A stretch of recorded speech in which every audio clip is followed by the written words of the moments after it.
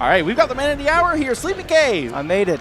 I did it. He made it. He fell victim, another victim to Atlanta track fit. Victim number 1.5 million. Dude, when I left my house, it was like, oh, fine, I'll make it on time. And then it was like, hey, just kidding, there's an accident. Oh, no. Yeah, I don't know why you didn't expect it. There's always an accident. That's my secret. You're not wrong. There's always an accident. This is a pretty classic Georgia matchup. Before Yort had, some RSI and had to kind of stop playing for a while. The Dublat Yort is, it was kind of a heated rivalry for a little while. Yeah, maybe towards 2016, beginning of 2017. Oh, that was brutal. The Dublat's so sick. It's you have to be really cognizant of those different hitboxes with Marth, where you have the center hitbox that sends you out, and the tipper hitbox that sends you up. Got to be ready for those knockbacks and DI accordingly. One of the things I also think Marth kind of gets in tournament, he gets a big buff to his recovery, because on paper his recovery kind of really it's linear. Underwhelming. Yeah, but then in practice, no one wants to get clipped off stage and just die for no reason. So everyone's way more cautious around it, which is pretty funny. I'm waiting for us to come full circle and people to start using the Marth Killer edge guard more often now, because almost nobody uses it, but it's still a viable. Oh my god, that tipper was obscene. That's the second time Dublat just caught him raw smashing center stage, and they're just flat out died from it. Yeah, Falco's light. He's relatively light. He's like the 5th or 6th lightest character in the game. You think it's how fast he falls, how hard he hits, he'd be a little heavier, but no. No, he's got bird bones. His bones are hollow, right? Yeah, that's how birds work. All right, and Dublat has kind of been perfecting his gimp game against Georgia Falcos for a little while in Yort's absence. That was basically a flawless edge guard right there. Use that weak forward air deep off stage to knock him back off. Didn't give him any chance to DI back towards the stage or wall tag or anything like that.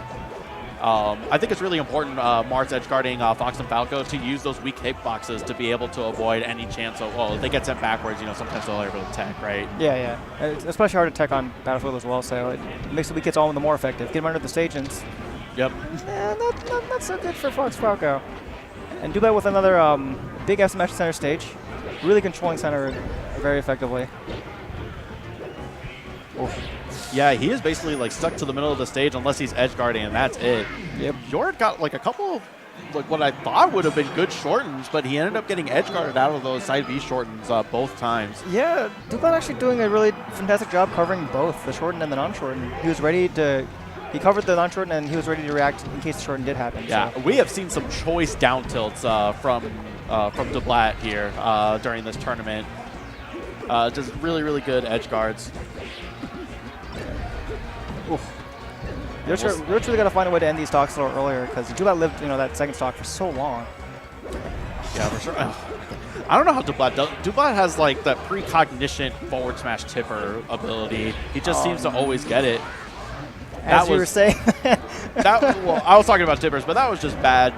Yort had no double jump and just kind of floated there into this area of Marth threat range. That was just an easy forward smash. Yeah. Put himself in a really bad spot. Waited a little too long. And those lasers are dangerous too. He's shooting lasers, I think, a little bit too close to Marth right now. Oh.